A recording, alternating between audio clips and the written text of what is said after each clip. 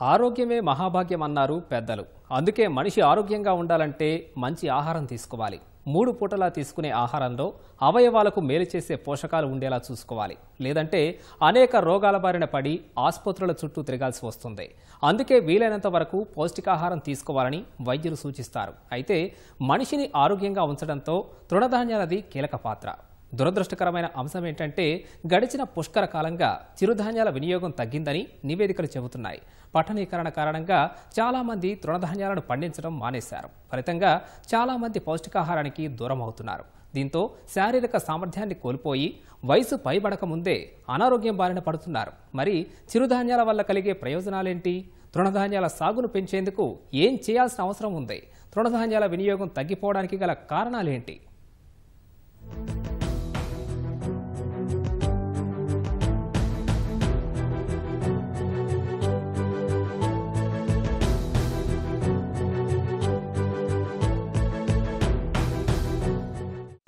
ఈ జన్మమే రుచి చూడడానికి దొరికేరా అంటూ ప్రస్తుత జనాలు అనేక రుచులకు అలవాటు పడి ఏది పడితే అది తెగ తినేస్తున్నారు. రెస్టారెంట్లలో దొరికే బిర్యానీ నుంచి మొదలుకొని రహదారి పక్కన లభించే పానీపూరి వరకు అన్నింటినీ ఇష్టారీతిన పొట్టలోకి పంపిస్తున్నారు.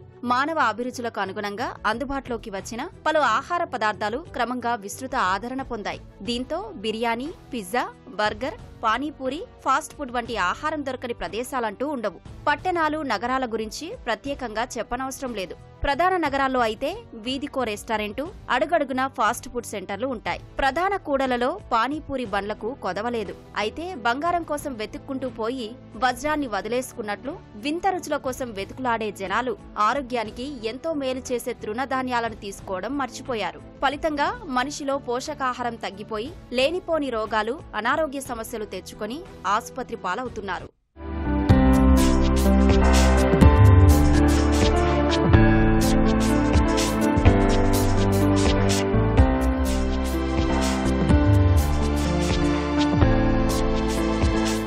గడిచిన పుష్కర కాలంలో ప్రజల ఆహారపు అలవాట్లలో చాలా మార్పులు వచ్చాయి. నిత్యం తీసుకునే ఆహారంలో తృణధాన్యాల వినియోగం పూర్తిగా తగ్గిపోయింది. న్యూట్రిషనల్ ఇంటేక్ ఇన్ ఇండియా పేరుతో విడుదల చేసిన NSS రిపోర్టులో కేంద్ర గణాంక శాఖ ఈ విషయాన్ని వెల్లడించింది. నివేదిక ప్రకారం చిరుధాన్యాల వినియోగం గ్రామీణ ప్రాంతాల్లో 14%, పట్టణాల్లో 12% పడిపోయింది. అయితే మాంసం వినియోగం గ్రామాల్లో, పట్టణాల్లో 6.5% పెరగడం గమనార్హం. అలాగే పప్పు దినుసుల వాడకం గ్రామాల్లో 0.4% పెరగ్గా పట్టణాల్లో 1% తగ్గింది. పాలు, పాల ఉత్పత్తుల వాడకం గ్రామాల్లో 1.6%, పట్టణాల్లో 0.4% పెరిగింది. ఇతర ఆహార పదార్థాల వినియోగం గ్రామాల్లో 5.7%, పట్టణాల్లో 6.8% వృద్ధి చెందింది. అయినప్పటికీ తృణధాన్యాల వినియోగం తగ్గిపోవడం అనేక ఆరోగ్య సమస్యలకు దారితీస్తోందని నివేదికలు చెబుతున్నాయి. తృణధాన్యాలు దాన్ని అన్నిటికంటే మొత్తం ఆహార ధాన్యాల్లో మనం దాన్ని ఇన్ఫీరియర్ ఫుడ్స్గా చూస్తుంటాం, సామాజికంగా కానీ ఒక సోషల్గా కానీ. కాకపోతే న్యూట్రిటివ్ ఫుడ్స్, హెల్దీ ఫుడ్స్, అందులో డౌట్ లేదు. ఆరోగ్యంగా కానీ పోషక పదార్థాల విషయంలో కానీ మిల్లెట్స్, తృణధాన్యాలు చాలా ప్రాముఖ్యత ఉన్నది. కాకపోతే వినియోగానికి వచ్చినప్పుడు వరి, బియ్యం తర్వాతనే తృణధాన్యాలు, పప్పు దినుసులు, వీటి ప్రోటీన్స్ ఎక్కువ ఉంటాయి. అయినప్పటికీ కూడా వాటి కన్సంప్షన్ కూడా పర్ క్యాపిటల్ కన్సంప్షన్ గ్రామాలలో తగ్గింది. ఫిష్, వెజిటబుల్స్, ఫ్రూట్స్ గణనీయంగా పెరిగినాయి. సో ఈ డైట్ డైవర్సిఫికేషన్ అనేది ఈ పర్ క్యాపిటల్ ఇన్కమ్కు లింక్ ఉంటుంది. ఇంకా మనము తృణధాన్యాలే తినాలి, దాని వినియోగం పెరగాలంటే అంత ఈజీ కాదు. మిల్లెట్స్ ప్రాసెసింగ్, వాల్యుయేషన్ కూడా చాలా గణనీయంగా రీసెర్చ్లో ప్రోగ్రెస్ ఉన్నది. అయినప్పటికీ ఏరియా పెరగటం లేదు, ఉత్పత్తులు పెద్దగా పెరుగుతలేవు, ఈవెన్ దిగుబడి కూడా అంత పెద్ద మాత్రమే. జొన్న రొట్టెలు, రాగి జావ, సజ్జల అంబలి 25 ఏళ్ల ముందు వరకు మనిషి ప్రతిరోజు తీసుకునే ఆహారంలో వీటిలో ఒక్కటైనా తప్పనిసరిగా ఉండేది. ఇప్పుడు ఆ పరిస్థితి లేదు సరికదా. అవసరమైతే 2 పూటలా బిర్యానీ తినేందుకు వెనుకాడడం లేదు కొంతమంది. చాలా మందికి జొన్నలు మినహా రాగులు, సజ్జలు, గోధుమలు, కొర్రలు, సామలు, అరికెలు, ఊదల వంటి తృణధాన్యాల గురించి అవగాహన లేదు. చిరుధాన్యాలైన రాగులు, సజ్జలు, కొర్రలు వంటి గింజలు చూడడానికి గొప్పగా కనిపించకపోవచ్చు, కానీ ఆరోగ్యానికి ఇవి చేసే మేలు అంతా ఇంతా కాదు. ప్రస్తుతం జొన్నలు, రాగులు వంటివి మాత్రమే ప్రాచుర్యంలో ఉన్నాయి. కొన్ని ప్రాంతాల్లో సజ్జలు కూడా వాడుతున్నారు. కానీ కొర్రలు, అరికెలు, వరిగలు, సామలు ఇలా చెప్పుకుంటూ పోతే లెక్కకు మిక్కిలి చిరుధాన్యాలు ఉన్నాయి. నేటి తరం వాటిని చూడడం పక్కన పెడితే పేరు కూడా వినుండరు.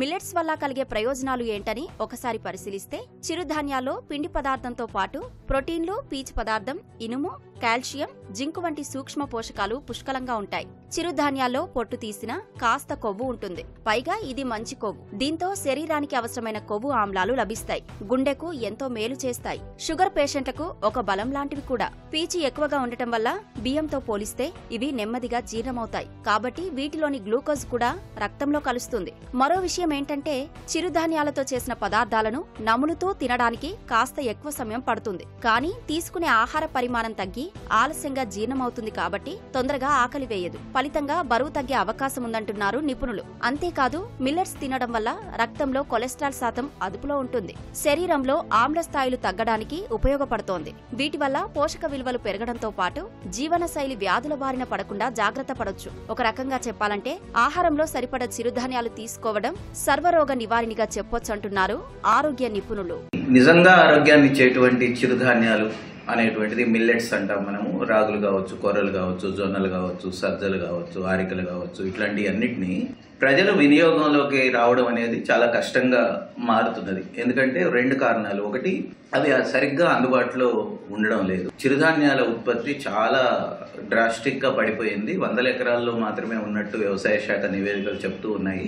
చిరుధాన్యాల ఆహారం తీసుకోవడం వల్ల ఏంటంటే అన్ని రకాల ఒక బ్యాలెన్సింగ్ డైట్ లాగా అదైతే ఉండే మాట వాస్తవం. ఇతర లవణాలు కానీ మినరల్స్ అన్ని కూడా దాంట్లో దొరుకుతాయి. పోషకాలు దాంట్లో సరిగ్గా దొరుకుతాయి. ప్రాసెసింగ్ లోకి చిరుధాన్యాలను తీసుకొచ్చిన తర్వాత బేకింగ్ యూనిట్స్ కూడా వచ్చిన తర్వాత వాటితో తయారయ్యేటువంటి ఉత్పత్తులు కానీ పదార్థాలు కానీ మార్కెట్లో అయితే అందుబాటులో ఉంటున్నాయి. కాకపోతే వాటి ఖరీదు చాలా ఎక్కువగా ఉంటుంది. చాలా మంది వాటిని కొనుక్కొని తినలేనటువంటి పరిస్థితి ఒకటి ఉంటుంది.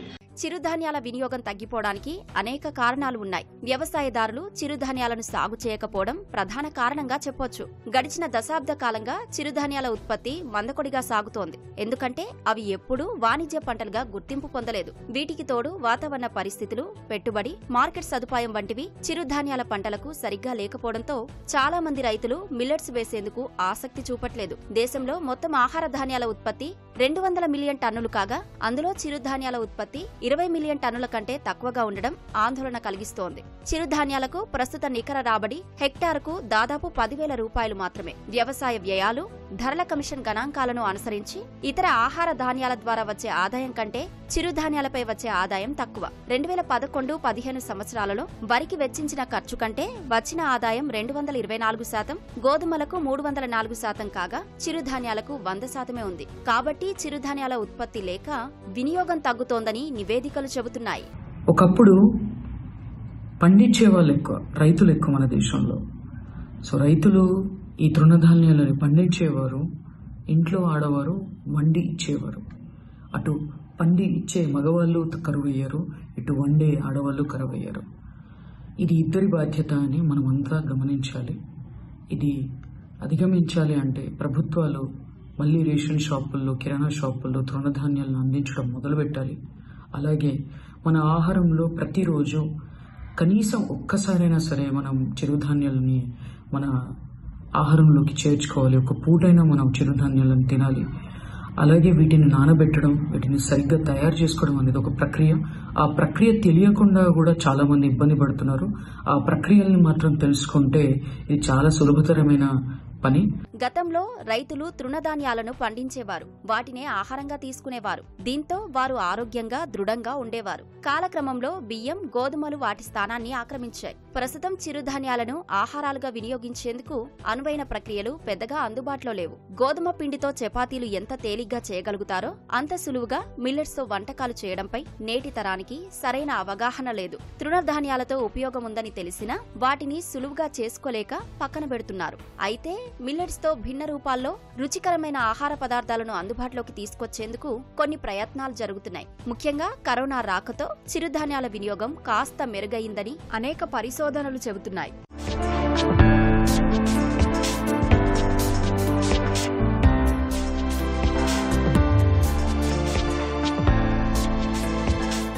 దాదాపు 70 ఏళ్లుగా మిల్లెట్స్ ను మనం నిర్లక్ష్యం చేశాం. ఇటీవల కాలంలో మళ్లీ తృణధాన్యాల ప్రయోజనాలపై పరిశోధనలు జరుగుతున్నాయి. గడిచిన 2-3 ఏళ్లుగా చిరుధాన్యాలకు దక్షిణ భారత రాష్ట్రాలు చిరునామాగా మారుతున్నాయని ఎంఎస్ స్వామినాథన్ పరిశోధనా సంస్థ అధ్యయనం వెల్లడించింది. తమిళనాడు, తెలంగాణ, ఆంధ్రప్రదేశ్, కర్ణాటక, కేరళలో వాటి సాగు భారీగా పెరుగుతోందని తెలిపింది. నాణ్యమైన విత్తనాలు, యాంత్రీకరణతో కూడిన నవీన సాగు విధానాలు, అధిక దిగుబడులకు అనుకూలతలు, అధునాతన శుద్ధి, మెరుగైన మార్కెటింగ్ మార్గాలు వీటి సాగు విస్తరణకు దోహదపడుతున్నాయి. దేశంలో చిరుధాన్యాల స్థితిగతులు, ఎదుర్కొంటున్న సవాళ్లు, సమస్యలు, సాగు పునరుజ్జీవం, రైతులకు ఆదాయం పెంపు వంటి అంశాలపై పరిశోధనలు జరుగుతున్నట్లు వెల్లడించింది. మారిన జీవనశైలి, అనారోగ్యకర ఆహారపు అలవాట్లు, గాడి తప్పిన శారీరక శ్రమ, నిద్రలేమి తదితరాలతో అధిక రక్తపోటు, మధుమేహం, ఊబకాయం, గుండెపోటు, పక్షవాతం వంటి ప్రమాదకరమైన జబ్బులు 30 ఏళ్లు నిండకుండానే చుట్టుముడుతున్నాయి. ఇందుకు భిన్నమైన ఆహారపు అలవాట్లే కారణమని వైద్య నిపుణులు అంటున్నారు. అత్యధిక పోషక విలువలకు నెలవైన చిరుధాన్యాలను ఆహారంలో తీసుకోవాలని చెబుతున్నారు. లేదంటే ఆరోగ్య సమస్యలు అధికమవుతాయని హెచ్చరిస్తున్నారు.